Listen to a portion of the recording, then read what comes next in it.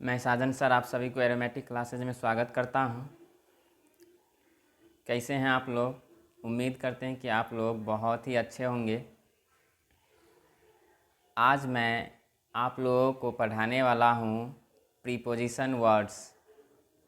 इससे पिछले वीडियो में हमने आप लोगों को बताया था प्रीपोजिशन, उसी से आगे आप लोगों को क्या करना है, आज पढ़ना है। उम्मीद करते हैं कि आपको मेरा क्लास बहुत ही बढ़िया लगता होगा। इस वीडियो को आप लोग शुरू से अंत तक देखें और कोशिश यह करें कि आप लोग ज़्यादा से ज़्यादा सीखें। सीखने के लिए पढ़ाई करें, क्योंकि जिस दिन आप सीखना जानेंगे उस दिन बहुत कुछ कर सकते हैं आप लोग। तो सीखिए, इस पर्पस से वीडियो देखिए कि आप लोग कुछ नया सीखने वाले हैं। तो ज़्यादा समय नहीं लेते हुए मैं आप लोगों को बता रहा हूँ। आज का फर्स्ट प्रीपोजिशन है एंग्री एट। मैंने इससे पिछले वीडियो में आप लोगों को बताया था एंग्री विथ। अगर एंग्री के साथ विथ प्रीपोजिशन लगता है तो इसका मीनिंग था किसी व्यक्ति से नाराज़ होना।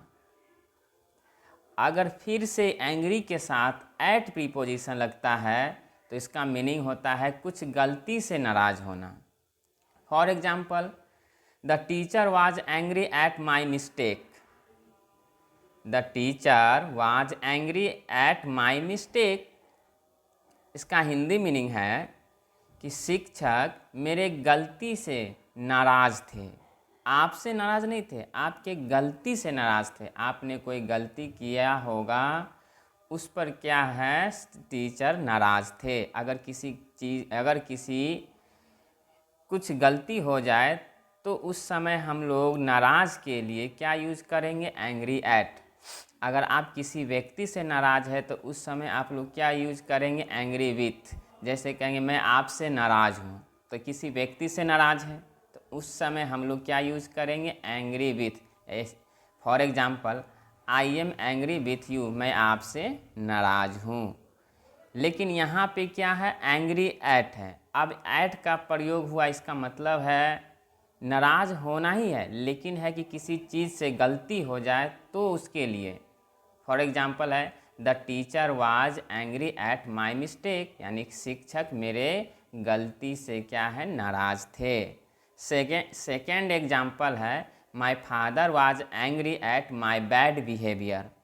My father was angry at my bad behaviour, यानी कि मेरे पिताजी मेरे बुरे व्यवहार से नाराज़ थे। यानी कि आपने जो व्यवहार किए उनसे वे नाराज़ थे। क्लियर है?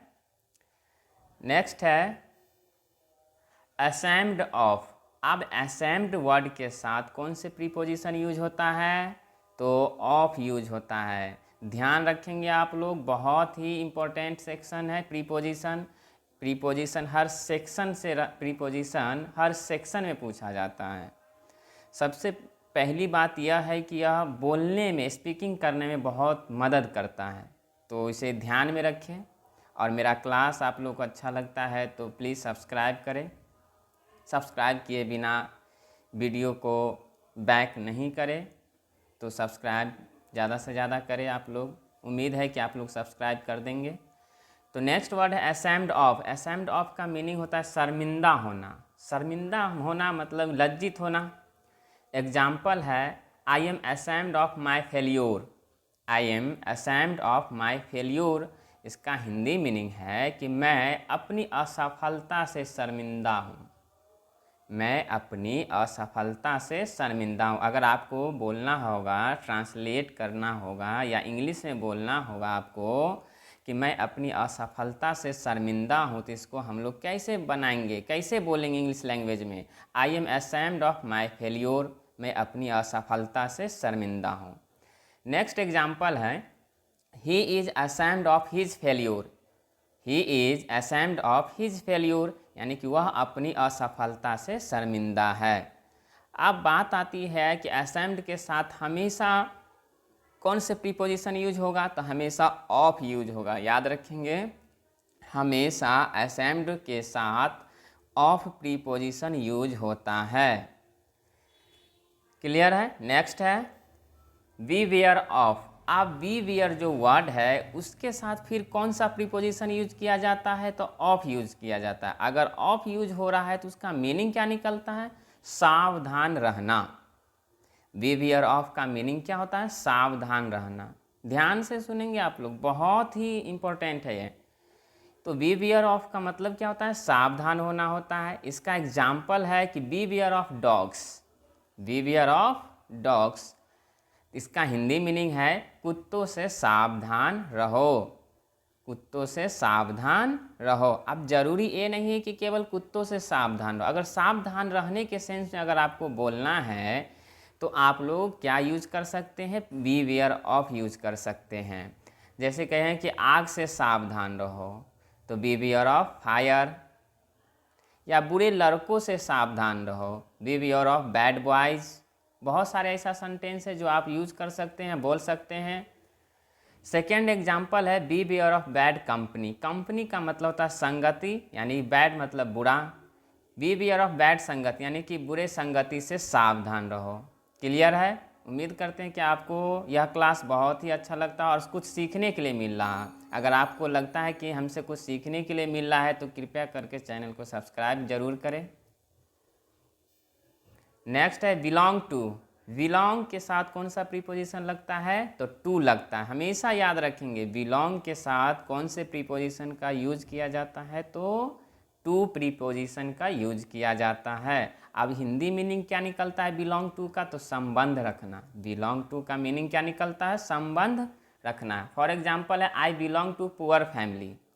I belong to poor family यानी कि मैं गरीब परिवार से संबंध रखता हूँ, यानी कि मैं गरीब परिवार से गुजर रहा हूँ, यानी कि मैं क्या हूँ, गरीब हूँ। इसका शुद्ध हिंदी हम लोग क्या निकालेंगे, I belong to poor family. अगर आप इसी को हिंदी में बोलेंगे कि मैं गरीब परिवार से संबंध रखता हूँ, इसको इंग्लिश में आप बोल सकते हैं कि I belong to poor family. अगर कहेंगे कि मैं अमीर परिवार से संबंध रखता हूँ, तो इसके लिए आप क्या यूज करेंगे, I belong to rich family. Clear है। उम्मीद करते हैं कि बहुत ही बढ़िया लगता होगा आप लोगों को। सेकेंड एग्जाम्पल है आई बिलोंग्स टू रिच फैमिली, यानी कि वह क्या है, अमीर परिवार से संबंध रखता है। क्लियर है। Next blind of. सिंपल में ब्लाइंड का मतलब क्या होता है, अंधा होता है, लेकिन ब्लाइंड के साथ कौन सा प्रीपोजिशन यूज होता है, तो ऑफ यूज होता है। ब्लाइंड के साथ कौन सा प्रीपोजिशन यूज होता है, तो ऑफ यूज होता है। तो ब्लाइंड ऑफ का मीनिंग क्या निकलता है, अंधा। For example he is blind of one eye.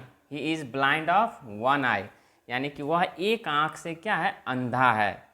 He is blind of one eye, इसका हिंदी मीनिंग है कि वह एक आँख से अंधा है। अगर आपको बोलना होगा कि वह एक आँख से अंधा है, इसको इंग्लिश में कैसे आप बोलेंगे, तो he is blind of one eye. Clear है। नेक्स्ट है you are blind of one eye, यानी कि तुम एक आँख से अंधा हो। जब भी अंधे वाली शब्द आए उस पर आपको कुछ बोलना हो तो हमेशा कौन वर्ड यूज करेंगे, ब्लाइंड ऑफ। अगर ब्लाइंड के साथ ऑफ लगता है तो इसका मीनिंग क्या निकलता है, अंधा। नेक्स्ट वर्ड है आपका ब्लाइंड टू। अब ब्लाइंड के साथ टू लगता है तो इसका मीनिंग होता है अपरिचित, मतलब आप उससे परिचित नहीं हैं।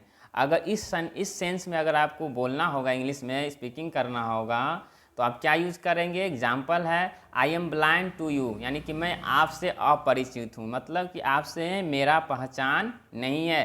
तो उस समय आप लोग क्या यूज़ करेंगे, I am blind to you, मैं आपसे अपरिचित हूँ। Next example you are blind to me, यानी कि तुम मुझसे क्या है, अपरिचित हो। बहुत ही इम्पोर्टेंट है, आप लोग को ध्यानपूर्वक क्या करना चाहिए, इस वीडियो को देखना चाहिए और ज़्यादा से ज़्यादा कोशिश रहे कि समझे। नेक्स्ट है बीजी विथ। बीजी के साथ हमेशा कौन सा प्रीपोजिशन यूज होता है, तो विथ यूज होता है। हमेशा बीजी के साथ कौन सा प्रीपोजिशन यूज होगा, तो विथ का प्रयोग होगा। याद रखेंगे बीजी के साथ विथ का प्रयोग होता है। एग्जाम्पल है he is busy with his work. He is busy with his work, यानी कि वह अपने काम में क्या है, व्यस्त है, यानी कि वह अपने काम में व्यस्त है। तो वहाँ पर व्यस्त के लिए क्या यूज किए, बिजी विथ यूज किए। अब बात आती है कि यहाँ पर कौन सा प्रीपोजिशन यूज किए हैं, तो हम लोग विथ यूज किए हैं। नेक्स्ट एग्जाम्पल है I am busy with my work. I am busy with my work, यानी कि मैं अपने काम में व्यस्त हूँ, मैं अपने काम में व्यस्त हूँ। क्लियर है। नेक्स्ट है केयर फॉर। अब केयर के साथ कौन सा प्रीपोजिशन यूज होता है, तो फॉर यूज होता है। अब केयर के साथ फॉर यूज होता है, इसका मीनिंग क्या निकलता है, तो परवाह करना निकलता है। इसका मीनिंग क्या होता है, केयर फॉर का मीनिंग क्या निकला, परवाह करना। इजी है इसका, you must care for your health. You must care for your health, यानी कि तुम्हें अपने स्वास्थ्य का परवाह अवश्य करनी चाहिए। अगर आपको हिंदी में दे दिया जाए सेंटेंस कि तुम्हें अपने स्वास्थ्य की परवाह अवश्य करनी चाहिए, तो इसको इंग्लिश में आप कैसे स्पीकिंग करेंगे, you must care for your health. Clear है। उम्मीद करते हैं कि आपको बहुत अच्छे ढंग से समझ में आ रही होगी। नेक्स्ट एग्जाम्पल है he must care for his health. He must care for his health, यानी कि उसे अपने स्वास्थ्य को अवश्य क्या करना चाहिए, परवाह करना चाहिए। यानी कि उसे अपने स्वास्थ्य को अवश्य परवाह करना चाहिए, यानी कि परवाह मतलब देख रेख करना चाहिए। क्लियर है आप लोगों के लिए।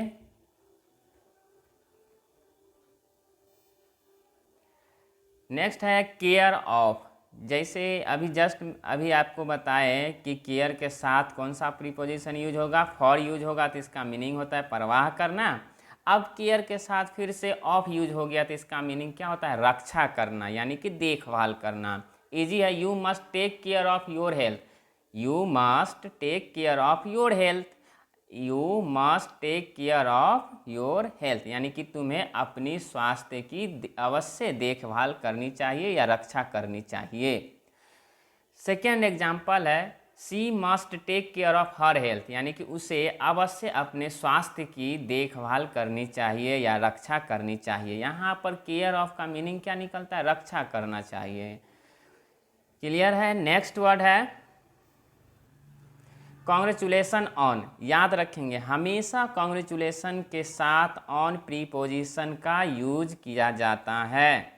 हमेशा जब भी कॉन्ग्रेचुलेसन वर्ड आप यूज करेंगे तो ऑन प्रीपोजिशन का यूज अवश्य करेंगे। इजी है, he congratulated me on my success. He congratulated me on my success, यानी कि उसने उसने मुझे मेरी सफलता पर बधाई दिया, यानी कि उसने मेरी सफलता पर बधाई दिया। आप इसको इंग्लिश में कैसे बोलेंगे, he congratulated me on my success, यानी कि उसने मेरी सफलता पर बधाई दिया। नेक्स्ट एग्जाम्पल है you congratulated me on my success, यानी कि तुमने मुझे मेरी सफलता पर बधाई दिया। क्लियर है। नेक्स्ट है, तो आज के लिए इतना ही काफ़ी है। इससे आगे की वीडियो में इससे आगे की टॉपिक मैं आप लोगों को नेक्स्ट वीडियो में बताऊंगा। कैसा लगता है मेरा क्लास, यह आप लोग ज़रूर बताएं और शुरू से अंत तक देखें। धन्यवाद।